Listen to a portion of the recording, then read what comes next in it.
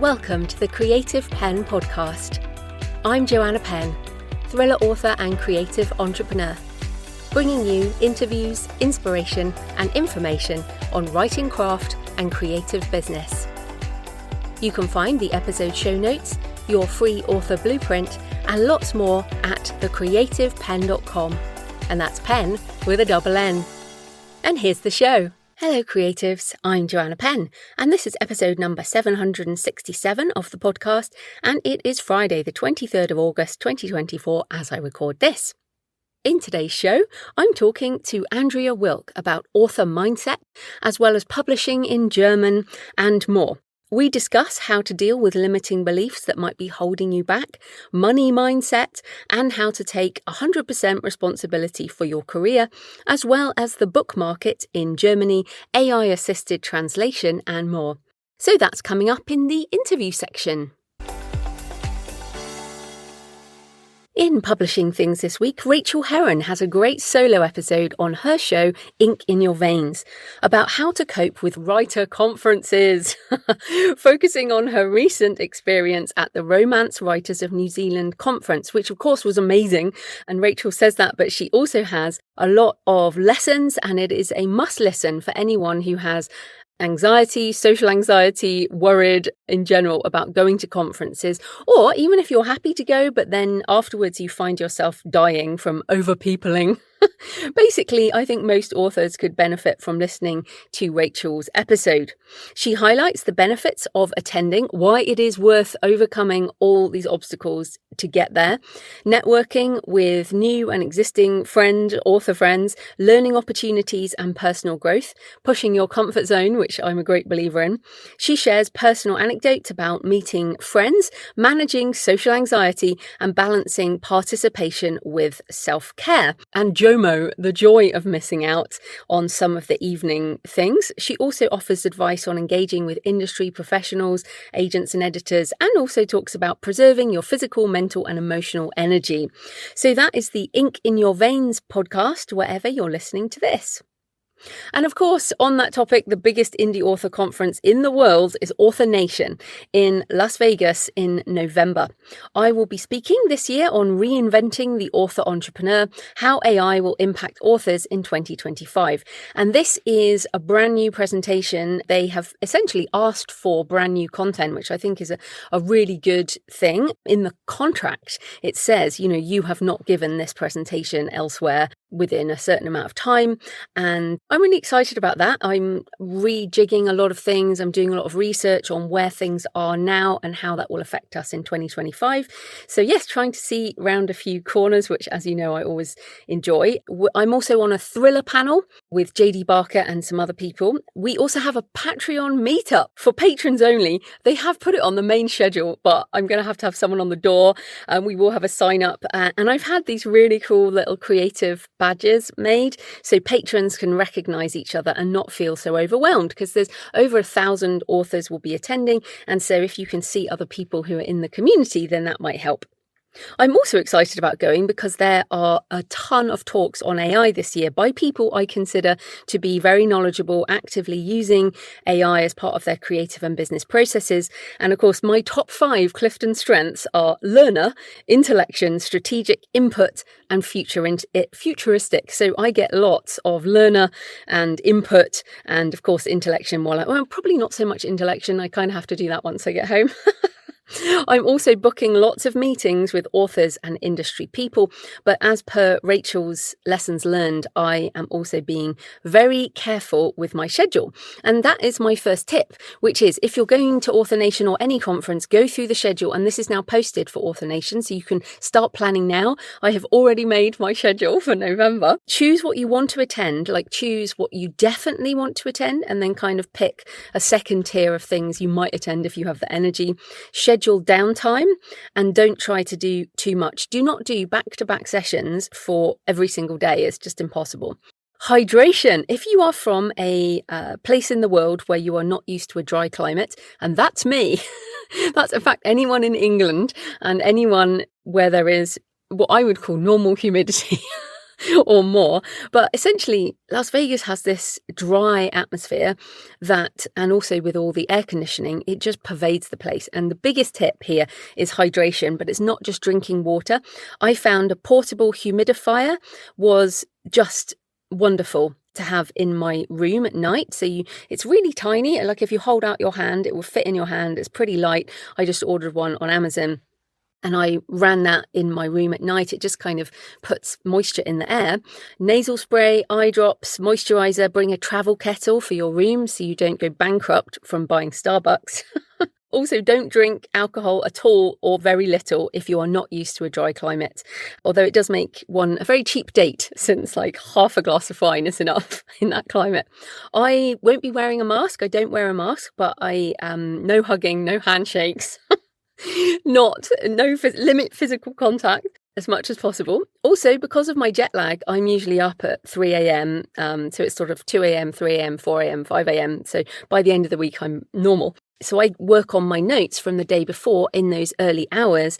And I find this also useful because you might take a ton of notes. If you're like me, you like taking notes, and then you look at them if you wait until the end of the week and you're like, I literally don't even know what that means. So I kind of do a little bit of review every morning.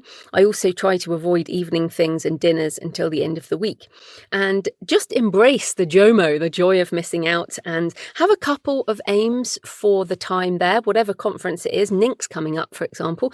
Have a couple of goals. That might be, find one thing that will impact your craft and find one thing that will impact your business. And then if you do those two things in the year following, then that's going to make all the difference. So you will come away with hundreds and hundreds of things, but you need to really just pick one or two. Also, it is the week, Author Nation is the week after the US election. So originally I was a little bit concerned about that, given that it might be contentious. There might be issues, perhaps protests, but I think those are unlikely to be on the Strip in Vegas. So I'm not worried about that anymore. I am planning everything's booked. I am there unless obviously something happens. You can find out more at authornation.live and the schedule is up. Links in the show notes, or you can find it there. I think it's schedule.authornation.live or something like that. But definitely plan it if you are going. And if you're a patron, I will be sorting out a sign-up sheet nearer the time. So in AI things, Condé Nast is the latest media company to sign a licensing deal with OpenAI, and that includes brands like Vogue, The New Yorker, GQ and Wired. And I'm finding the addition of Wired quite ironic. I was a subscriber for like a decade, and it's a wonderful magazine. I still buy it when I'm flying, for example, but I got annoyed with it when they came down against AI. And so it is quite ironic that they're now, their parent company has now signed this deal. But yes, Condé Nast CEO Roger Lynch cited the move as a way to make up for lost revenue, as many technology companies eroded publishers' ability to monetize content, most recently with traditional search, as reported in The Hollywood Reporter. Now, again, this comment is interesting too. He's basically saying, we've signed a deal with OpenAI to make money because old school tech companies like Google and Meta eroded the ability to monetize content. And we've all been in this free model for so long, and now OpenAI is offering us money. So I think this is the way to think about it. It's like, okay, we're breaking out of an old model into a new model, and it's going to be different. But as you know, I'm pretty excited. Also in AI, the Brave New Bookshelf podcast is back after a summer break, and Steph and Danica talk about breaking down AI misconceptions. Very useful episode. They tackle online bullying around AI, noting that as long as it's ethical, as long as you're using ethical guidelines, using AI should not be stigmatized. Absolutely true. Obviously, I think that. Once again, I will reference the early days of self-publishing, when we were all lumped, those of us who self-published were lumped together in one bucket with scammers and vanity presses and plagiarists and people who will use any tool to do dodgy things. And we do not deserve that. We didn't deserve it then. We don't deserve it now. Those of us who are AI-assisted authors, AI-assisted creators, we are not in one bucket with people who are unethical. So I love that they bring that up. It's something that annoys me. It annoyed me back then with self-publishing. And in fact, even still, people will say to me, how do you deal with the stigma of self-publishing? I'm like, seriously? I really thought we got past that. Yes. Also, in the podcast on Brave New Bookshelf, they talk about different ways to use AI tools, a focus on storytelling and craft rather than just bashing out words, how to use AI tools to make you a better writer, and what's happening at Nink and Author Nation in terms of AI-assisted author meetups. And I will be there at whatever there is at Author Nation, certainly as an AI-assisted artisan author, or an A4, as I like to say. So just search Brave New Bookshelf on your podcast app wherever you're listening to this. So in personal news, I am in hardcore editing mode with Blood Vintage. The Kickstarter sign-up is also live, which I'm thrilled about. Means you can indicate your interest and you'll be notified when it launches. I'm aiming for the 1st of October as it's the only way to get the books to people before Christmas, and these are going to look awesome. It really helps to get a lot of sign-ups on that pre-launch page, so if you like folk horror or supernatural stories set in English vineyards, I mean, I'm sure you can think of a ton. But that's actually why this is original. I do not think there is a supernatural story set in an English vineyard. If you can think of any, let me know. Or if you just want to see the epic cover, and it's possibly my favourite cover ever, just go to jfpenn.com/blood vintage. I'm also going to do a whole episode on what horror means to me, because I've had these comments and people assume that horror means like slasher gore, like, I know, Friday the 13th or Scream or whatever. That's not what I write at all. If you've read any of my fiction, pretty much all my fiction is just supernatural, good versus evil. And folk horror is very much the vineyard, this deep sense of place, and sense of place is something I think I do quite well. The idea of terroir, it's really hard to say, but if you know wine at all, you'll know that this has become really important, and it's sort of, what does that sense of place bring to the wine? And so the idea was really inspired by that, and also the unusual practices of biodynamic viticulture. So if you like dark fantasy or folklore, or English folklore in particular, or if you say you never read horror but you like supernatural thrillers or dark fantasy, as I said, I think you'll like it. It might be worth the try. So editing is super intense. I do it by hand, so I've got the whole manuscript printed out, go over every single line, so I'm kind of reading it in my head and adjusting all the words. I spend a lot of time with powerthesaurus.org. It's free, it's online, you can put in multiple words and it will help you with finding other words. So this is the point where I do a lot of thesaurus work, trying to make the writing more evocative, try to find exactly the right word for what I want. I tend to do it in bursts between walks or exercise. I will go to a cafe, have a coffee or two, and then go for a walk, and then go somewhere else and do a bit more. But I can't do much else while I'm editing because it's really hard work and super, super intense. And my eyes, oh my goodness, I am going to the optician soon. My eyes, because you're focusing on the page, you're focusing on these words. But I'm also already thinking about marketing. So if you are a horror author or a book reviewer, or you write dark fantasy or folklore, or you have this kind of audience on social media, or anything that relates to this, or if you have a podcast that might work and you think we might be able to cross-promote in some way, please email me, joanna@jfpenn.com. Yes, that's my other email, joanna@jfpenn.com. And I'm looking for opportunities that will run in the first week of October. Also, I thought I would mention this because I think this is a good example of why this is a very different way of making a living with your writing. This is my 4th Kickstarter, and it's my 4th genre. I am not making it easy on myself. So I did religious travel memoir, the pilgrimage book. Then I did book for authors, Writing the Shadow. Then I did a thriller, Spear of Destiny. And now I've got Blood Vintage, which is, horror, dark fantasy. And so this is a classic example of what that we were told not to do back in the day, which was your Amazon algorithm should be exactly the same. Everything should be the same genre, and then people can find you. This is like, no, I'm an indie author. I'm having fun. I can write what the hell I want. I love writing this stuff, and I'm very excited to do another beautiful book. So I thought I'd mention that because all the rules that we did have around the catalogue model of Amazon and Apple and all that is sort of not needed with Kickstarters and selling direct. So that's very cool. So thanks for your emails and comments and photos this week. Betty said, I've just finished listening to your latest podcast, A Touch of the Madness with Larry Kazanoff. I cannot thank you enough for the content you bring. I'm absolutely electrified by the podcast. Every word you shared has sparked a creative explosion in my mind, and deeply buried narratives that I knew were in me are now making perfect sense in a way they didn't before. Those stories I hold are now demanding to be brought to life. If I manage to stay brave and write my story, I'll owe that to you and Larry, as your words ignited something special. Oh, Betty, this made my week, and I sent it to Larry and it made his week too. This kind of thing is just wonderful, and putting our words out into the world can cause this reaction. Also, Betty had this realization from the podcast episode, so hopefully she's going to buy Larry's book.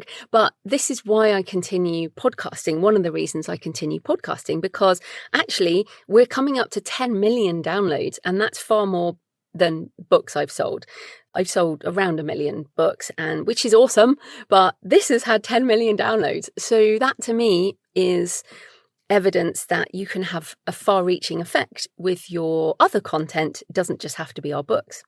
Also, Talina, and by the way, Betty, when you said, if I manage to stay brave and write my story, please do. Your words could change someone's life in the same way that Larry's did for you. Also, Talina on Facebook said, just listen to the brilliant episode with Larry Kazanoff. So much of what he said made me want to stand up and cheer, especially his thoughts on just ask and AI is a tool. Great episode. I'm feeling very inspired. What a great interview. And hi to Marco, who sent a picture of him in the desert of Algeria. He said, I'm listening to your podcast when at work in the Sahara Desert in Algeria. Here's a selfie on my daily walk. And it was just this epic desert. I'm catching up. I'm around the 500s at the moment. I should be caught up at year end. So, Marco, by the time you get to this, who knows when it might be? You're a couple of hundred episodes behind. But I do love to think of us walking with you in the desert of Algeria. And Madeline on X sent a picture listening to the episode while putting out the laundry. That is excellent. Okay, please leave a comment on the show notes at thecreativepenn.com or on the YouTube channel, or message me on X at thecreativepenn, or email me, send me pictures of where you're listening. Joanna at thecreativepenn.com. I love to hear from you. It makes this more of a conversation. So this episode is sponsored by Publisher Rocket, which helps you with keyword and category research on Amazon, which you need for your metadata when self-publishing, as well as generating lists of keywords for your Amazon ads. You can do this manually on Amazon, but it takes a lot more time, and you have to think of all the different permutations to search for. I found that Publisher Rocket saves me so much time and frustration. I use it for every book in every genre I publish. It makes the process easy, which, let's face it, we all need so we can get back to writing. You can use it to find keywords that readers actually type into Amazon search. You can also learn about other authors' sales with the competitor analysis, which I use to find categories I want my book to appear in. Plus, you can discover best-selling book categories and niche categories, which you can use to write to market if that's your thing, and you can find profitable keywords for Amazon ads and easily export them. You can also search separately for the US, UK, and German stores, as well as for ebooks, audiobooks, or print, and in English or German. This fits incredibly well with today's show, as I recently used the German part of Publisher Rocket to find keywords for Unter dem Zoo, my new short story in German, which is in KU in German, if you fancy that. And I will have some nonfiction also coming soon. Super useful. So Publisher Rocket is a one-time payment and you get 30 days money-back guarantee. Oh, and I should say you get the US, UK and German all part of the same thing. So you don't have to pay for 3 different versions. You get one and you get all of those different stores. So yes, it's a one-time payment, 30 days money-back guarantee. You can start researching for your keywords, categories and competition right away. There are also handy tutorials if you need them, but I think it's pretty intuitive. Publisher Rocket is one of my must-use tools as part of my publishing process, and it is very reasonably priced. Check it out at publisherrocket.com. So this type of corporate sponsorship pays for the hosting, transcription and editing, but my time in creating the show is sponsored by my community at patreon.com the Creative Penn. Thanks to the 12 new patrons who've joined this week, and thanks to everyone who's been supporting for months and years. If you join the community, you get access to all my backlist videos and audio covering creativity, mindset, business, AI, lots of tutorials on AI, and my patron-only Q&A solo podcast episodes, which will be, by the time this goes out, it will be coming up this week. So the Patreon is a monthly subscription, the equivalent of buying me a black coffee a month or a couple of coffees if you're feeling generous, and you get access to everything. So if you get value from the show and you want more, come on over and join us at patreon.com, patreon.com/The Creative Penn. And remember to use the website to join rather than the app on Apple, as that will add 30% in November 2024. So just go to the website. Right, let's get into the interview. Andrea Wilk is the German author of more than 30 books across romance, thriller, and non-fiction. She's also the author of the book in English, 15 Keys to Set Your Creative Mind for Success and Happiness. So welcome to the show, Andrea.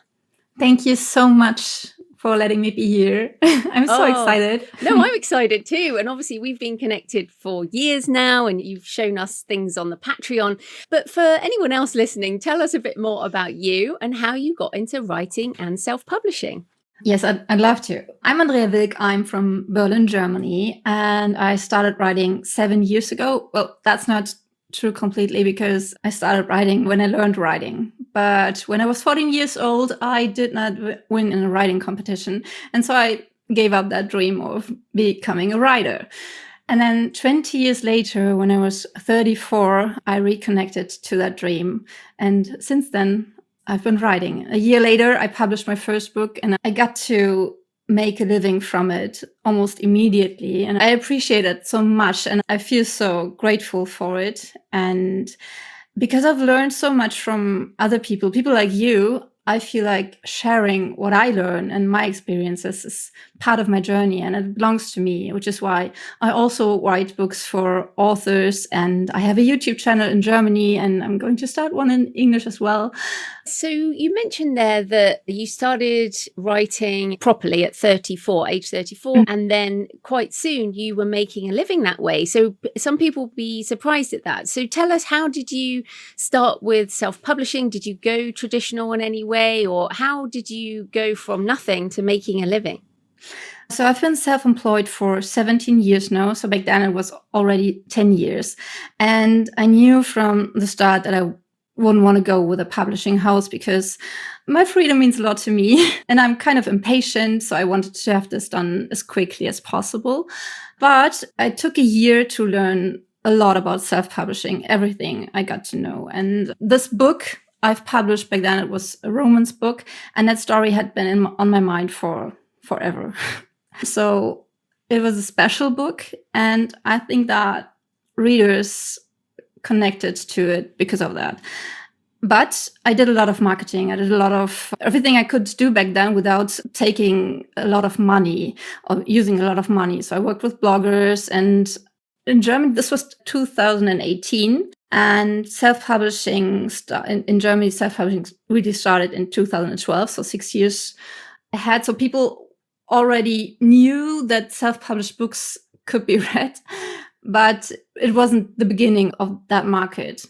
So I feel like I've done a lot, and I've learned a lot, and I studied a lot about self-publishing. But of course, there was a little bit of luck in there. Tell people a bit about Germany's book culture, because it's a very traditional book culture, isn't it? So I feel like romance and fantasy and things like that were underserved by the traditional market.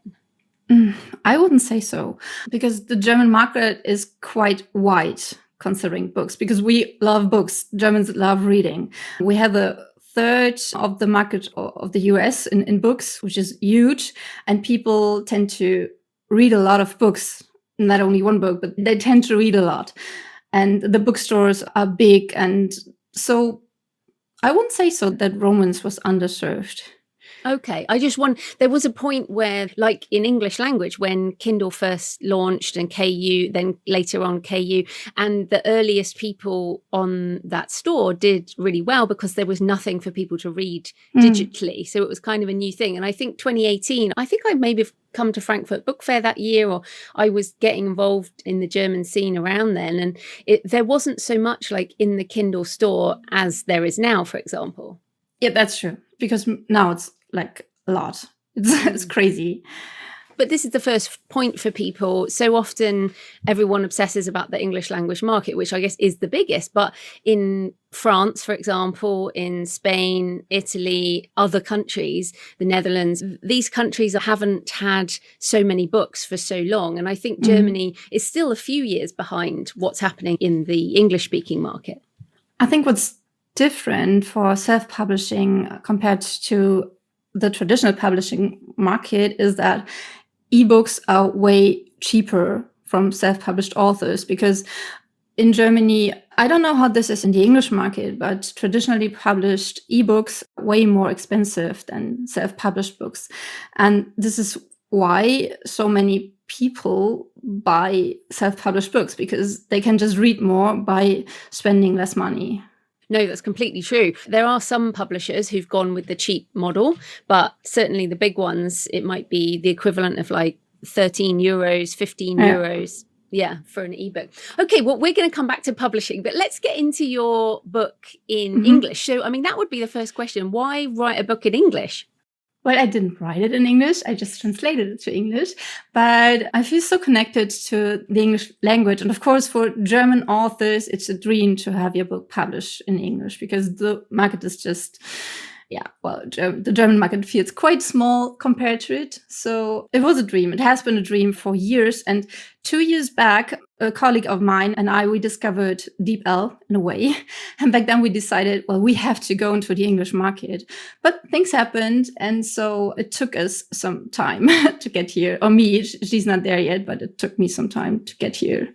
Yes, well, let's get into the book. Now, you open it with the importance of taking personal responsibility. And I really love this because this is also what changed my life back in the day, a book called The Success Principles by Jack Canfield. And he also said you are 100% responsible for your life. And you also say this in the book, but many people feel out of control. They don't feel responsible or in control of their life. So how can you encourage people to take control of their author career, of their life, and accept responsibility, even if it's tough, which it is? Yes, it is. But I love this, that you are 100% responsible for your life, because the moment you realize that you're responsible for your thoughts and your feelings and the way what you do, you're acting. For me, this changed everything, because I was raised believing that I have to react on whatever happens in the outside, that life pushes me and that I have no control about it, that I have no control on how I feel about things, that I just run on autopilot, even though for the most part of my life, I didn't know that there was an autopilot in myself that was steered by limiting beliefs I had gathered for my whole life. And these limiting beliefs, they make us feel out of control, I think. So what I do when I feel overwhelmed with what happens in the outside, I go inside. And I have that picture of a tree. It's a mammoth tree, or I think it's a giant sequoia. It's a big tree. And I sit in that tree. And the tree stands in a garden. And I got that picture during a meditation in a coaching session. And sometimes I feel like I cannot trust myself or trust life. So I put myself into that tree, and I was all alone in there. So nobody's allowed to get in there. It's my safe space. And this tree has these huge branches and leaves, and there are fruits. And these fruits are what I want to achieve in my life, like the successes I want to have, like money and books and all that stuff. And this feels big, but the tree didn't feel stable. And I realized that the roots didn't dig that deep into the earth.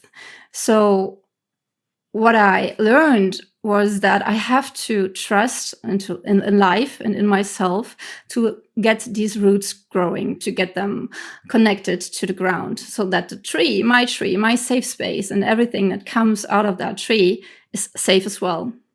I think having a visual metaphor is very useful. I have had people on the show who can't see images in their mind, which I find really interesting. But I think most people can see something or can imagine the words. But I think what you're saying is it doesn't matter whether it's a tree or whatever it is, but to have some kind of center that you can go back to. And I like the fact that your fruits on that tree are what you're aiming for, because I think that kind of shows that is coming from you. But I guess the question is, okay, so with the trees growing, but let's say our author career is that tree is very fragile. Like a new author is very fragile. The winds are coming and the rain's coming, and it is a nightmare. And how do they deal with that? How can you, as you say, reduce these limiting beliefs in order to get back to at least feel in control, even if you're not in control?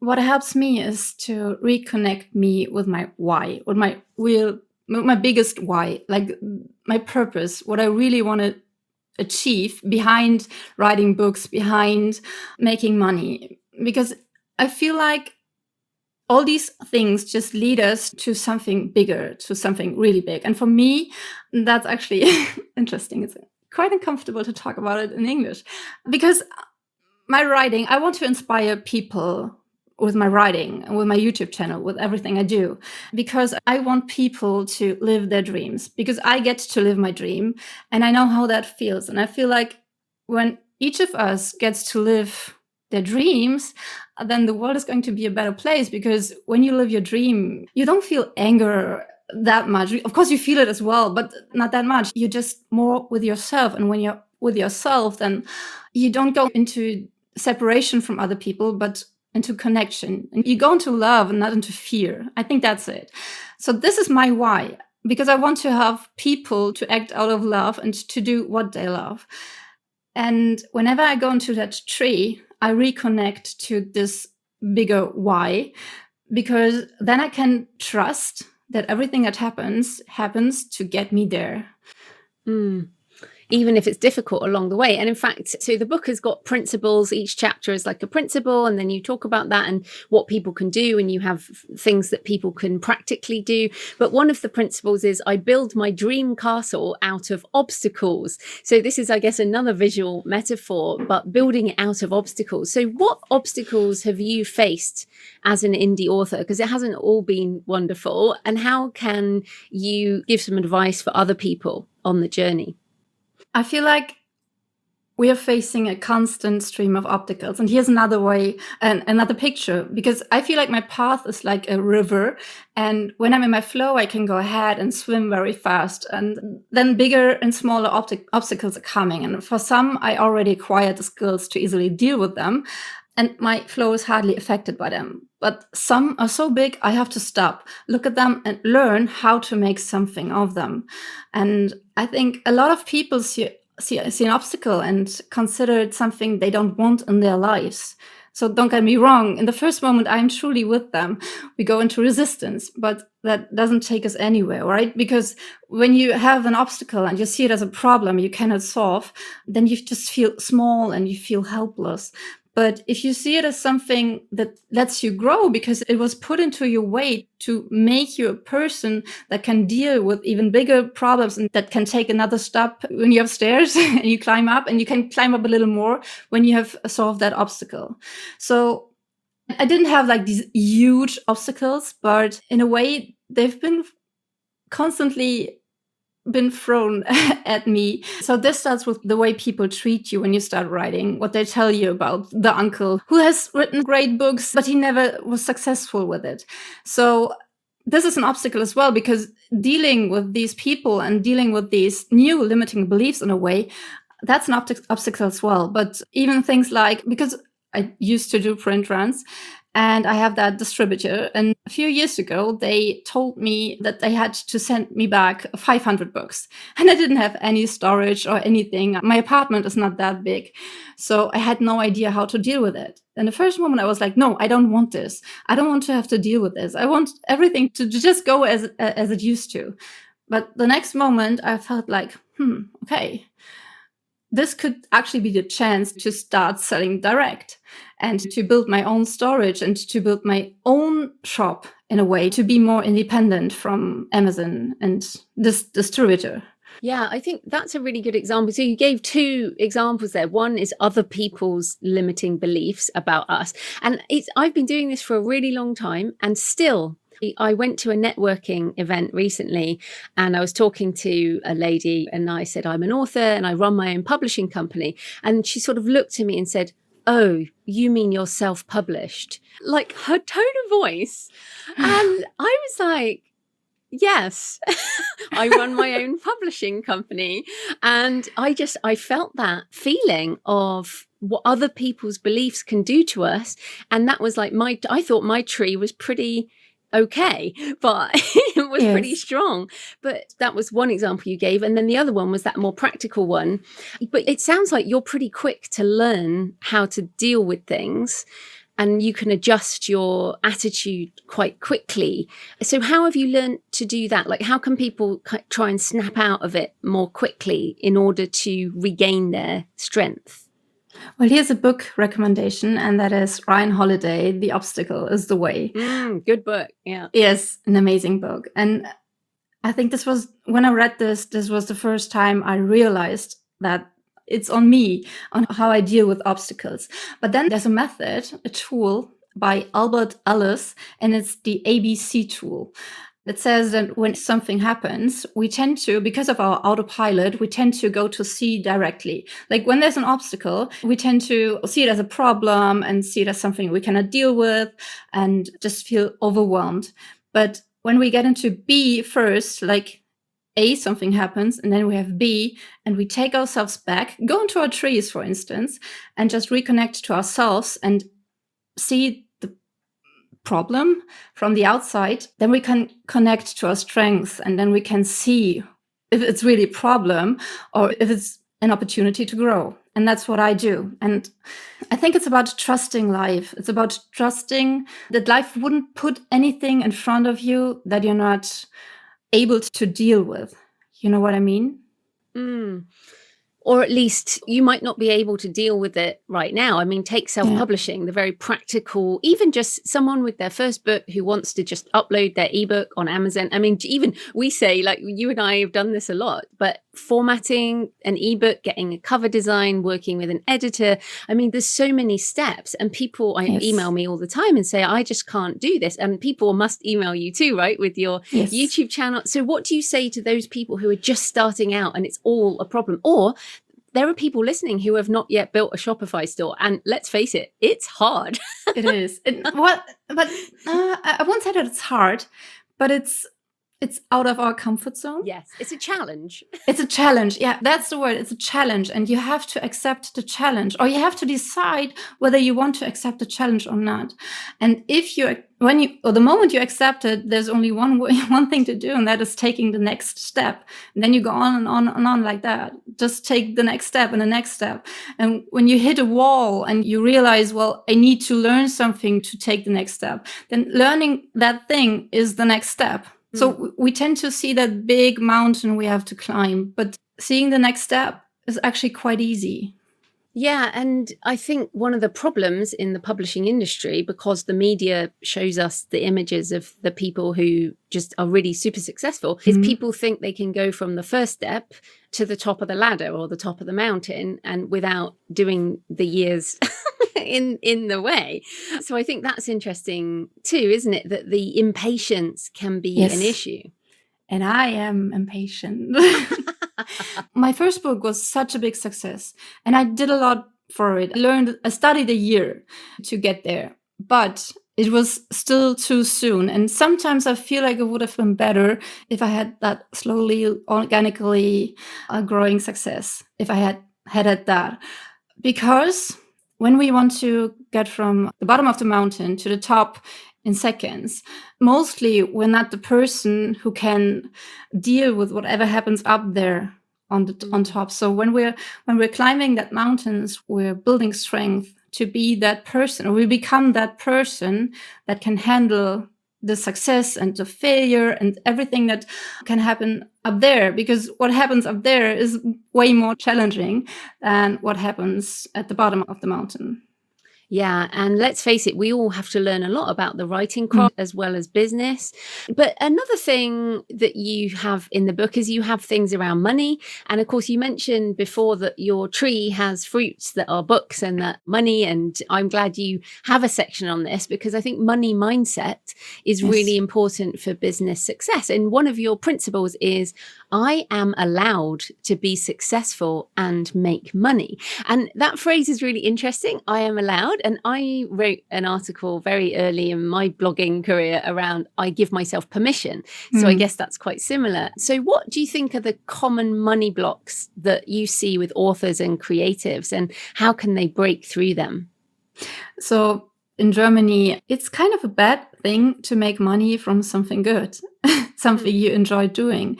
I always feel like I have to justify myself when I tell people that I make a living from writing.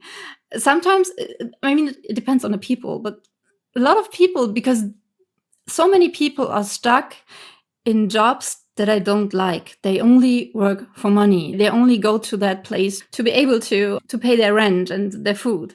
So it's kind of difficult to tell people that we make a living from something we love. And I think this is another limiting belief that is deep inside of us and that we have to work on. Another money block, I think, at least I face it, it's supposed to be hard to make money. And of course, writing can be hard, publishing can be hard, but not as hard as going to a normal job, a job you don't like.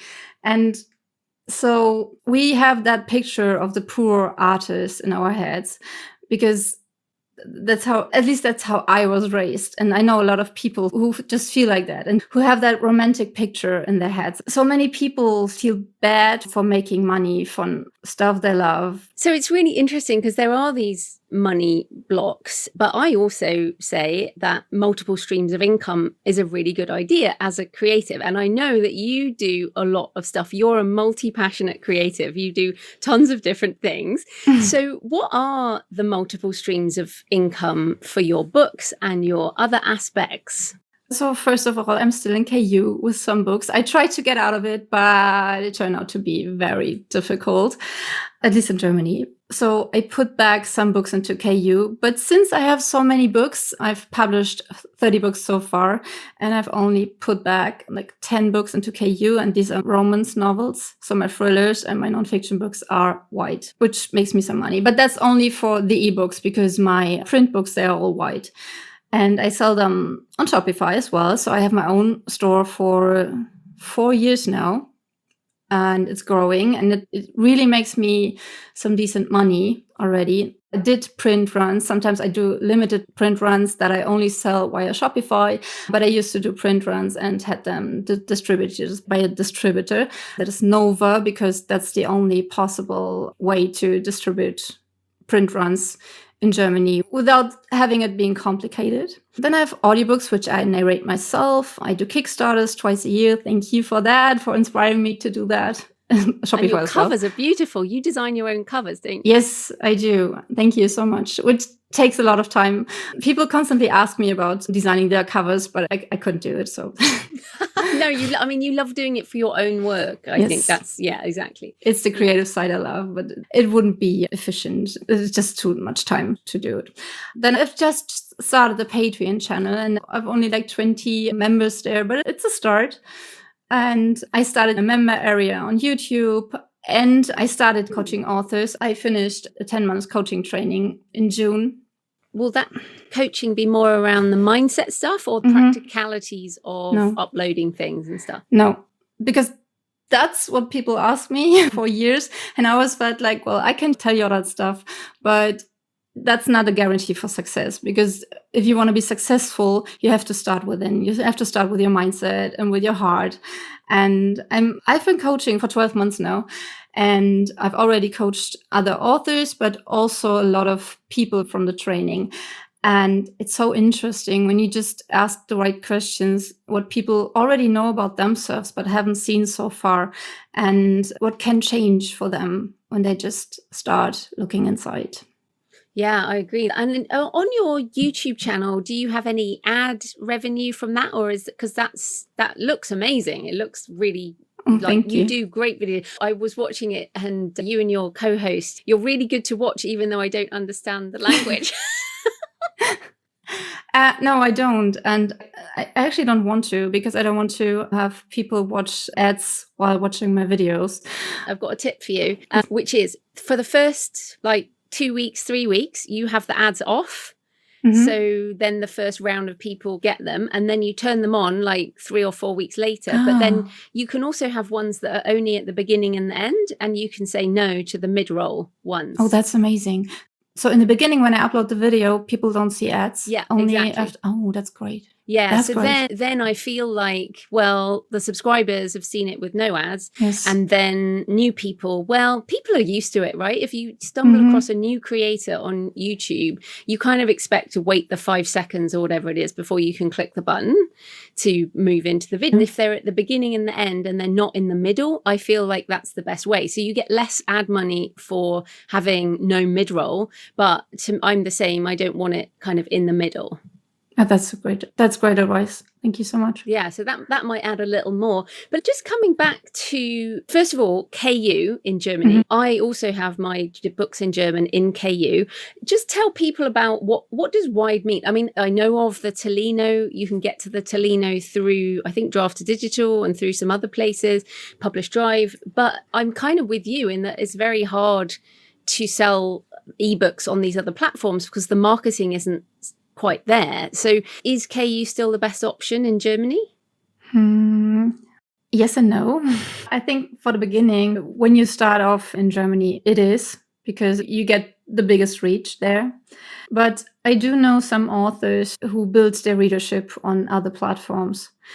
And I think it's crucial for your long-term success to be wide. Because I just heard of another author whose Amazon account was terminated, and I'm kind of scared of this, which is why I go wide as far as I can. And you have different options. Well, the Tolino is actually another e-reader like the Kindle, but it's also a platform, a distributor. Like we have the 3 biggest distributors in Germany are Tolino, BOD, and ePubli. And all distribute your books to Tolino and Kobo and Apple and all these platforms. And so if you put in the effort of marketing and are a little patient, I think you can build something there as well, because a lot of people are using the Tolino or reading via their smartphones. Yeah, exactly. That's for ebooks, obviously. Now, for the print on demand, so I get people all the time saying, can you tell BookVault to get a printer in Europe? Because they're in the UK and obviously we're no longer in the EU. There's customs and all the duties and all that kind of thing. So who do you use for your print on demand? Well, I'd love to use BookVault, and I've asked them on the Self-Publishing Live show, but they said no, not yet, at least. As I said, I used to do print runs because I love beautiful books, and in Germany, Germans love beautiful books. We love flaps, and we love the UV foil stuff, and all these things, but it's expensive, and it's gotten more expensive since paper prices are just skyrocketing in a way, I feel like. So I stopped this because if you have so many books, it's just that's exactly the point. Yeah, you can't keep doing print runs when you have 30 books. And you can do it for the first print run, but when it's sold out, you have to redo the print run, and that's more expensive because you print less books then, and so it's more expensive per each book.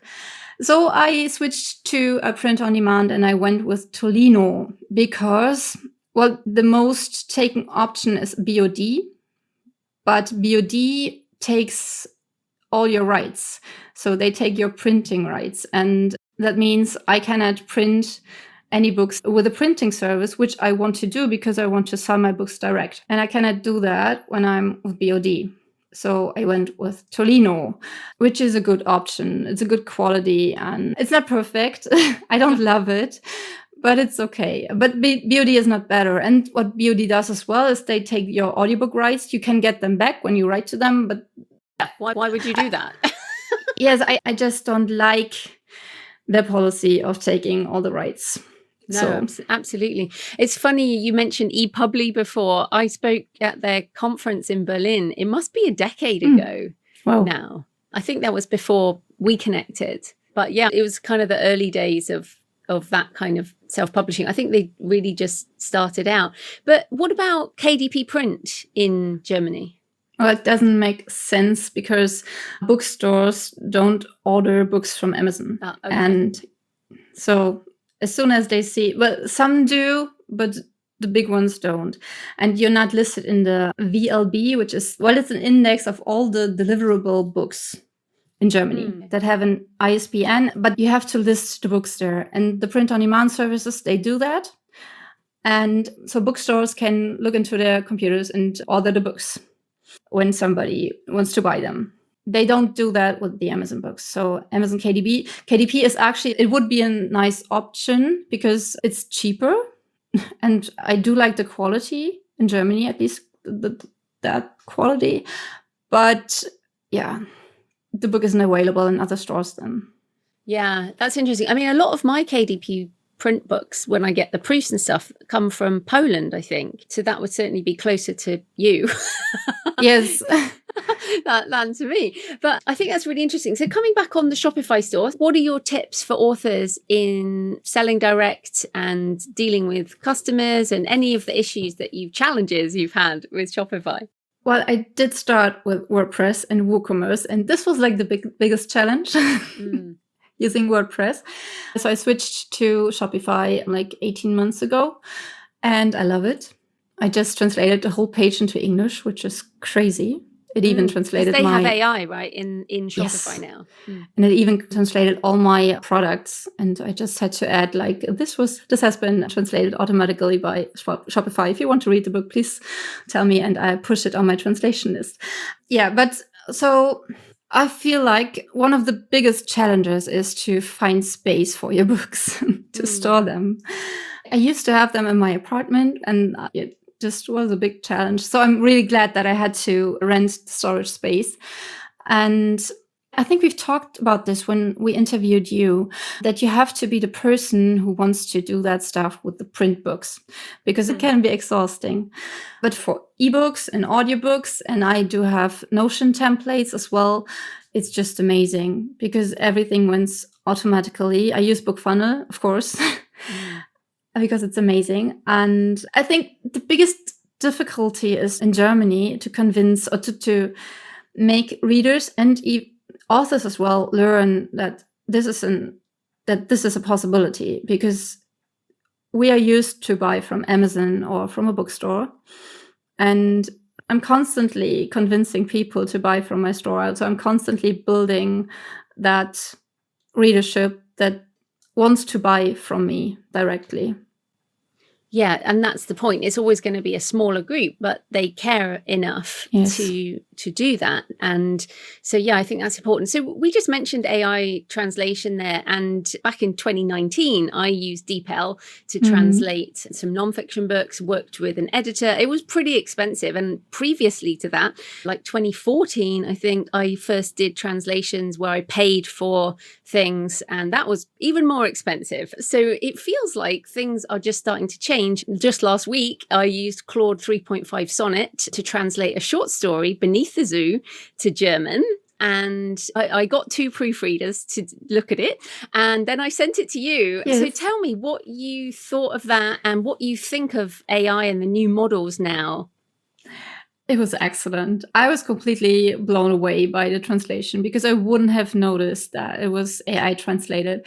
And when I read again that it was translated not by DeepL, but by Claude, I was even more excited, because when I translate my books, I put them into DeepL, and then I put chapter by chapter into Claude or Gemini. I think Gemini is doing a great job as well.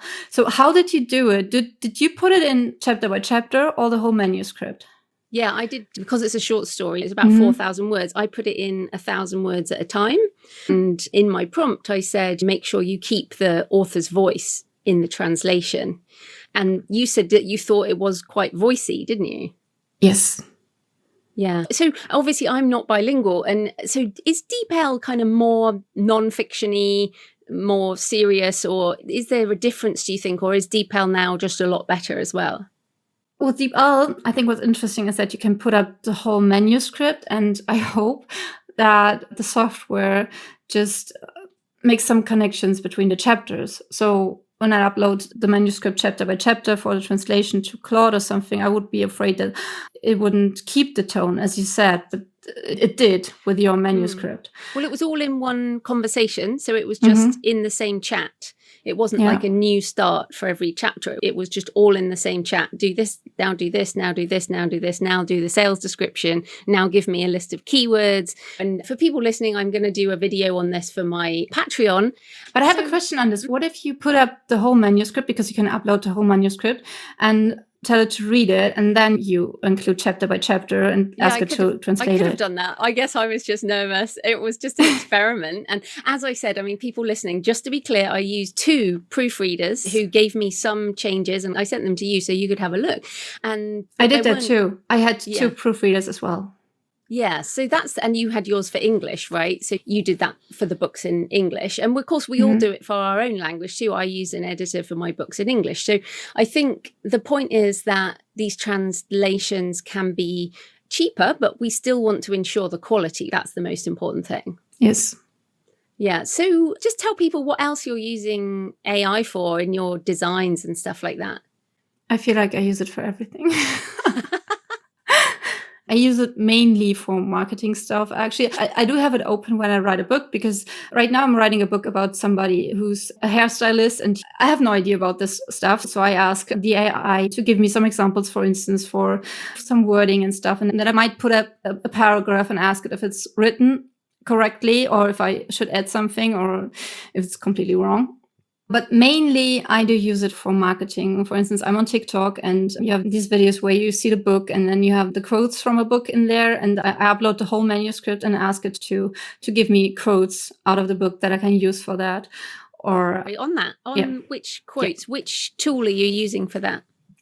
It depends, because I'm on Poe, and on Poe I can use all the chatbots. So I switch between them, because for some things Gemini is better than ChatGPT, and then Claude is better than the 2 of them. So I asked all of them, mainly those 3. I think that's great. I haven't done that. Ask it for quotes from the book. That's amazing. Actually really good, because I have gone to like Kindle highlights. I've used that before. Like, what is everyone highlighting? But if you can get quotes picked, because I mean, who wants to read the whole blooming book again? Not me. Not me. And I hate this. And I always tell myself when I'm editing my books that I pick these quotes out, and then I don't do it because it's not fun. Yeah, it's just not fun. Yeah. So this is for TikTok. You get the quotes, then what do you do with them? I go to TikTok and I have my template video in a way. So I use like almost the same video like all the times. And then I just put the quote. Well, it's mainly like 5 to 6 sentences. And I just put them up sentence by sentence so that they appear after each other. And this is actually working. I don't like doing this on my normal TikTok channel because I feel like this is about me and my books. So I just started a romance, Andrea Wilk TikTok channel where I only post these videos. So this is really for the algorithm and for marketing stuff, because I feel like this is not social media to post videos like that. It's marketing. And yeah. That's interesting. Yeah, I mean, I've thought about TikTok, and I have even tried TikTok for less than a day and decided it's not me. But I can see how some of that type of thing, people could use, and they don't have to kind of put their face up or whatever. Yes. This kind of more of a genre account or something like that, which is interesting. What image software are you using, like for your book covers and stuff? Midjourney.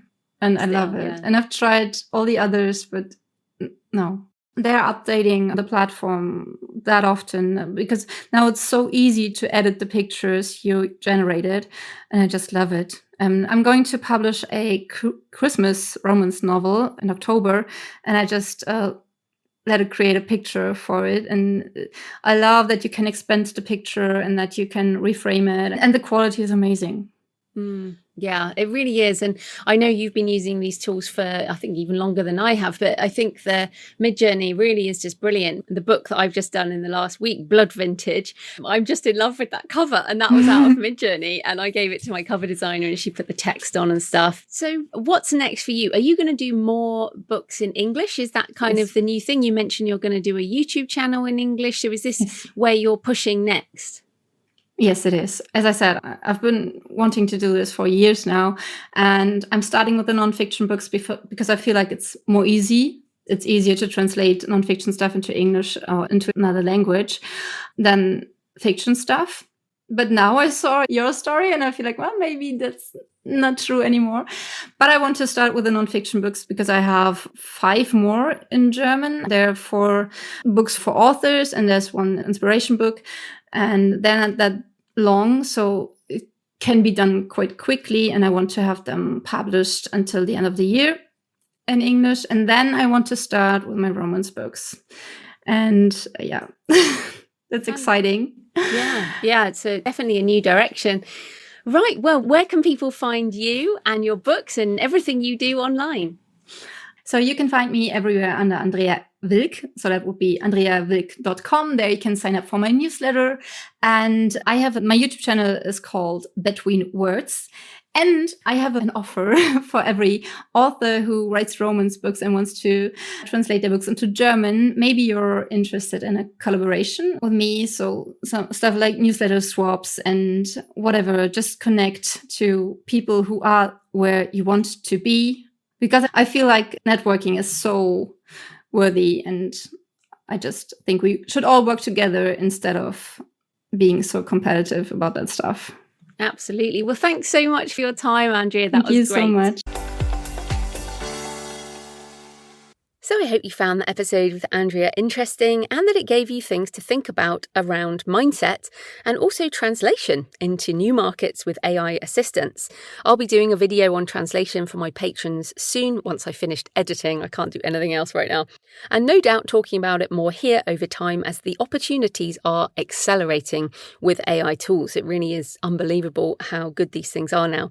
As ever, I love to hear your thoughts. Please leave a comment on the podcast show notes at thecreativepenn.com or on the YouTube channel. Message me on X at thecreativepenn or email me, joanna@thecreativepenn.com. Send me pictures of where you're listening or of your favourite graveyard.